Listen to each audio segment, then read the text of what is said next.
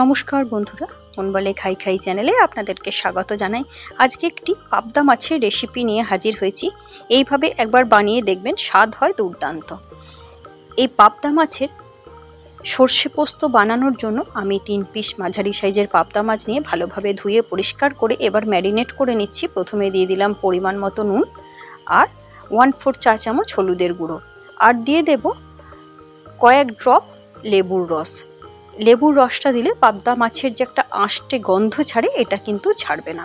দিয়ে ভালোভাবে ম্যারিনেট করে 10 মিনিট মতো প্রথমে রেখে দিচ্ছি। ততক্ষণ আমি একটা মশলা রেডি করে নেব।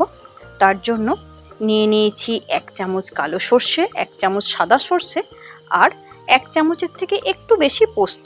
2টো কাঁচা লঙ্কা দিয়ে একটা মিহি পেস্ট আমি তৈরি করে রাখছি। আর একটা মিক্সিং জারের মধ্যে 3 চামচ মতো টক দই নিয়ে নিয়েছি।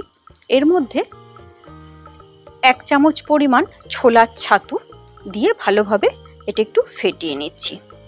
মূল রান্নাটায় চলে এসেছি। গ্যাসে একটা কড়াই বসিয়ে নিয়েছি, তাতে পরিমাণ মতো সর্ষের তেল দিয়ে দিলাম। রান্নাটা পুরোটা আমি সর্ষের তেলেই করব। আর দিয়ে দিলাম অল্প একটু হলুদের গুঁড়ো।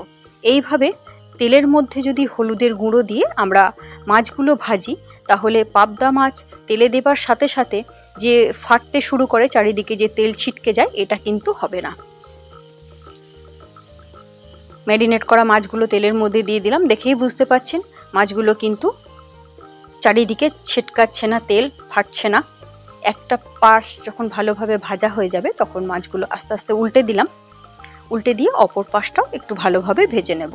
তবে খুব বেশি কড়া করে ভাজার দরকার নেই, তাহলে কিন্তু মাছটা খেতে ভালো লাগবে না। যখন মোটামুটি হালকা করে 2টো পাশই ভাজা হয়ে যাবে, তখন আস্তে আস্তে মাছগুলো তুলে নিচ্ছি। পাবদা মাছ ভীষণ নরম, তাই খুব একটু আস্তে আস্তে যত্ন সহকারে তুলে নিতে হবে। এবারে যে তেলটা অবশিষ্ট আছে, ওর মধ্যে রান্না করব। প্রথমেই দিয়ে দিলাম সামান্য একটু কালো জিরে ফোড়নে।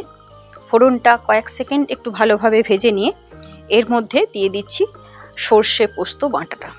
একটু ভালো করে জল দিয়ে একটু গুলে নিয়েছি। উপর থেকে জলীয় অংশটা দেবো। নিচে যে সর্ষের যে খোসাগুলো থাকবে, ওটা কিন্তু আমি ব্যবহার করব না। এটা খেলে যাদের গ্যাস অম্বলের সমস্যা থাকে, তাদের কিন্তু গ্যাস অম্বলের সমস্যাটা বেড়ে যায়, তাই ওই অংশটা আমি ফেলে দিলাম। এবারে এই সর্ষের ঝোলটা একটু ভালোভাবে ফুটে গেলে এর মধ্যে আমি দিয়ে দিচ্ছি যে দইটা আমি একটু মিক্সিতে ঘুরিয়ে রেখেছিলাম, ওই দইয়ের মিশ্রণটা দিয়ে সমস্ত কিছু একসাথে একটু ভালোভাবে মিশিয়ে নেব। দিয়ে কিছুটা সময় একটু ফুটিয়ে নেব, যতক্ষণ পর্যন্ত না জলীয় অংশটা একদম একটু গাঢ় হয়ে আসে এবং মশলা থেকে তেল ছেড়ে যায়, ততটা সময় একটু ভালোভাবে ফুটিয়ে নিচ্ছি। দেখুন অনেকটাই গাঢ় হয়ে গেছে, জলীয় অংশটা অনেক কমে গেছে এবং তেলটা উপরে ভেসে আসছে। এবারে দিয়ে দিলাম ওই মিক্সির বাটিটা ধুয়ে পরিমাণ মতো একটু জল, আর দিয়ে দিচ্ছি নুন। স্বাদ মতো এখানে নুন দিয়ে দিলাম। দিয়ে 3টে কাঁচা লঙ্কা দিয়ে একটু ভালোভাবে নাড়াচাড়া করে মিশিয়ে নেব।